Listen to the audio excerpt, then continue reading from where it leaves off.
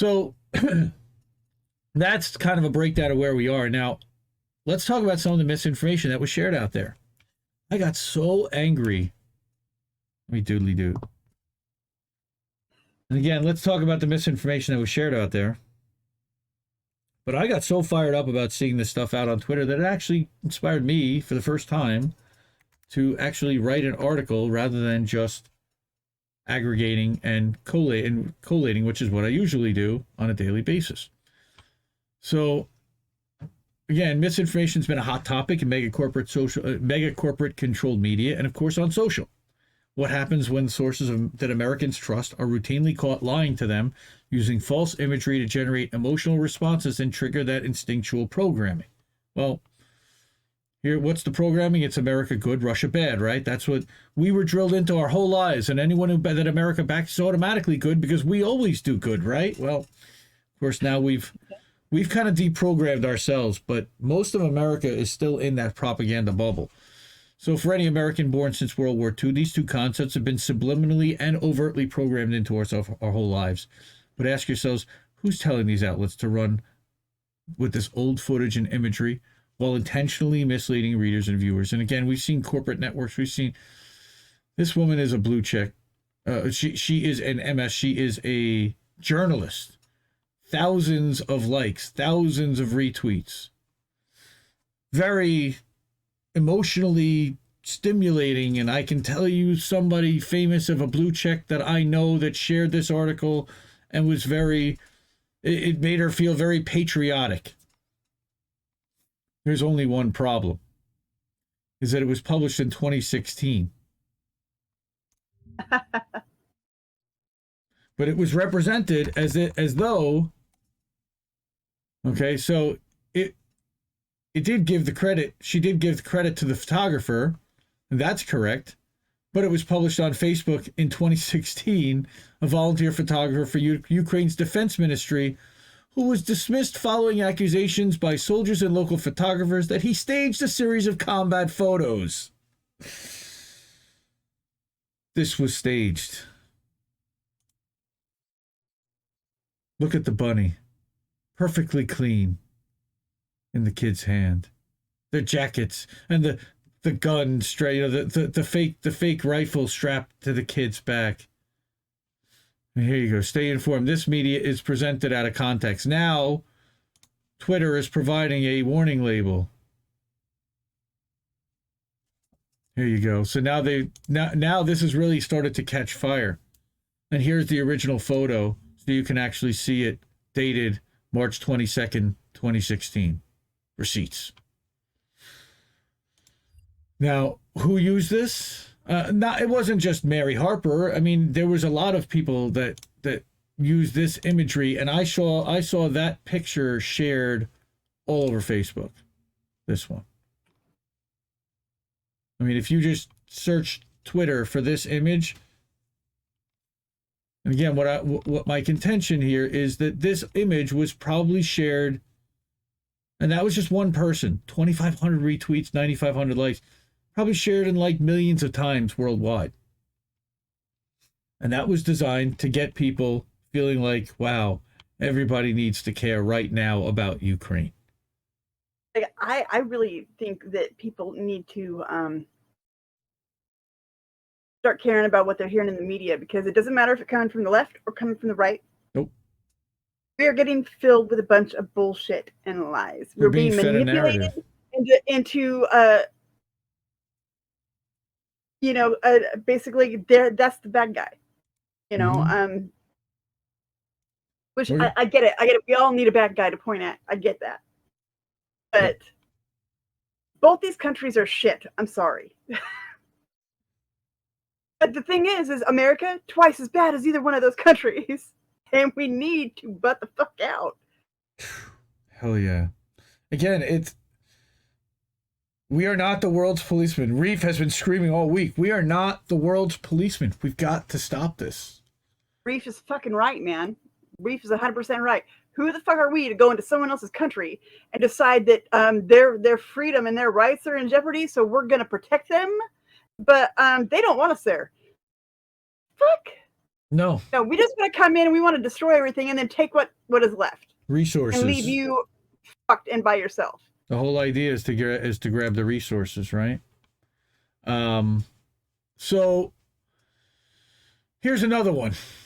And we're going to go back. This is example C because there was even more of a story that happened with example B. And it turns out I ended up using example B for the cover story. And it turns out I was fed misinformation as well. So it's happening literally on both sides in real time. And we're trying to fact check ourselves. And I'll admit when I got it wrong.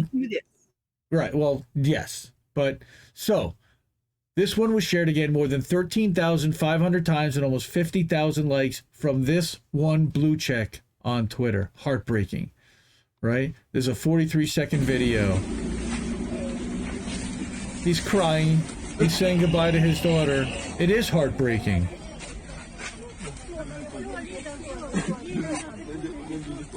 All right. And again, I'm not coming down on Bhavisha Patel other than the fact that she did not do a little bit of her fact checking or ask. And again, just to share the receipts, how many likes and shares and retweets there were, except straight up the Real News Network. I'm telling you, fucking, we fact check our shit ourselves. We don't have some intern do it. Oh, Bhavisha actually blocked me from seeing that. She must have blocked me because I think I did correct her and I fact checked her. And as she said, he's in Donbass. He's speaking Russian. He's actually going to fight the fascists, aka Ukrainian soldiers or militia. This is 100% wrong. But she gets not 25,000 she gets 25,000 retweets. My fact check won't even get 25. Well, it got 25. It got 2,800 likes on its own and 700 retweets. So I mean, all this misinformation, and she's not even willing to take it down or to say I was wrong or anything. Well, I don't know what but guess what? It's still up because I wouldn't be able to play it right now if this wasn't still up on her Twitter. Exactly. All right. And here's the original post. All right, by Ivan Prikodko, who is the current mayor of Donetsk. I mean, it's... So again, this one, as it turns out, Adam Kitzinger... Okay, I guess that's the same one. It went out to over 40,000 people, shared by Adam Kitzinger, who was another one that shared this. Okay, and that had 40-some-odd thousand likes on its own. That's a congressman. So nobody is screaming, "Hey, stop this misinformation shit!" We just look like crazy fucking lunatics. Nobody, right? Well, so here is the third story is ZeroHedge, and again, there's so many things having to do with this story, but here is the picture of Zelensky, even in the military uniform, right? He's fighting on the front lines. Yeah, no, it was a border inspection last April. Same pictures. Here's the Kitzinger one where he's sharing the first photo that we showed. Okay, and again, this is Tyler Durden, ZeroHedge, which also, by the way, the U.S. government has been going after in censorship. Europe took down RT and Sputnik today, so now you can't access those networks online or on TV. That's part of their third round of sanctions, and we're just hoping that doesn't happen here. We do believe in free speech and dissenting voices, and again, we've just proven that the U.S. media and that we are spreading as much propaganda as anything that they can claim anybody else is doing. So, dude, we're probably doing it way worse. I'm sure we are. And then I don't know what this is. However, I'm going to take the risk because contributor to the show, Big Mad Crab, just sent me a link, and the title says Ukrainian MP Kiva called Zelensky a criminal because he knew about the start of the military operation but decided not to start negotiations. Okay, this is Ilya Kiva. proposed the creation of a negotiating group to end the war, which he considers already lost. Wow.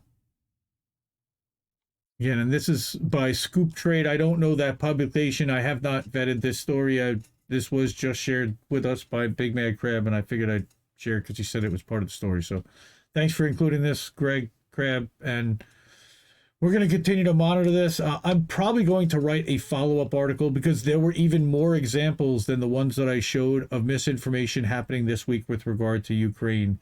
And those two guys with the cardboard guns, that one was pretty good. The two guys with the cardboard guns. So this is the third. This is the third one, and this one really messed me up. So I used this image as the cover image when I shared it, and I got tweets saying, "I think this is actually real." And actually, shout out to Matt Orf for when I sent him a link to this. He said, "I think that one's actually real."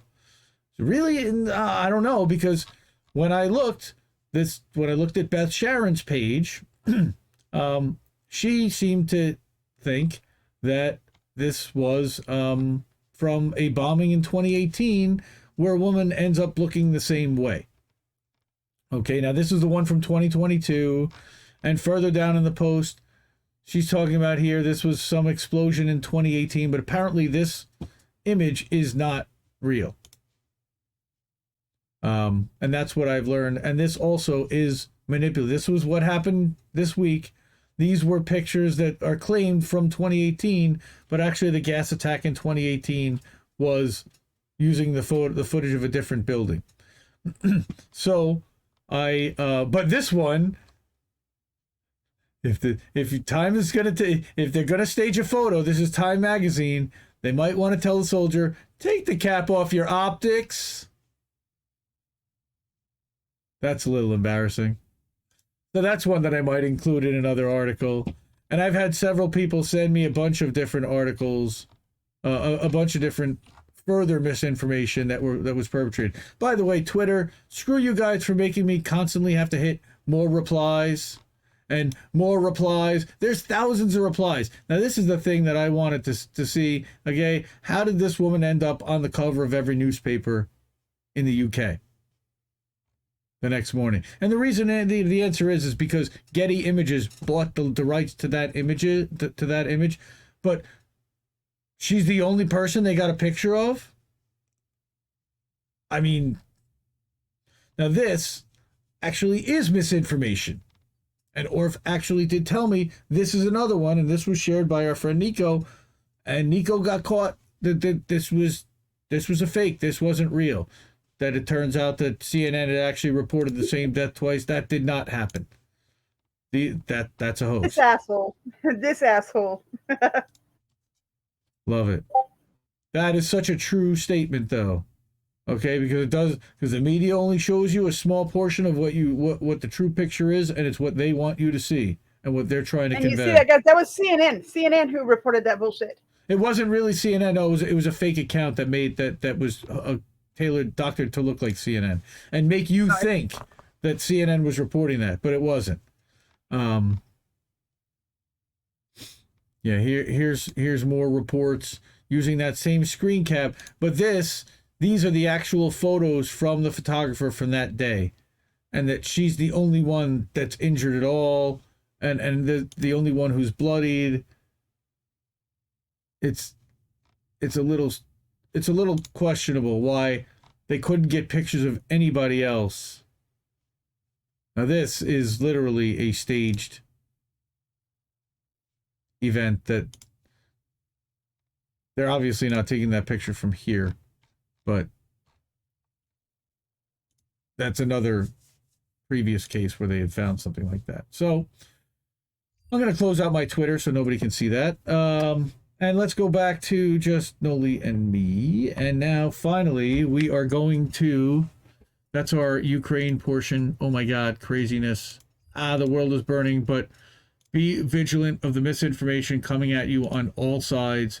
Every image that you see, before you hit retweet, make sure that it's legit before you hit retweet, because a lot of that stuff is being designed to get you to be angry, to get you to have an emotion, to get you to share, and to get everybody else angry and spreading misinformation. And that's what happens.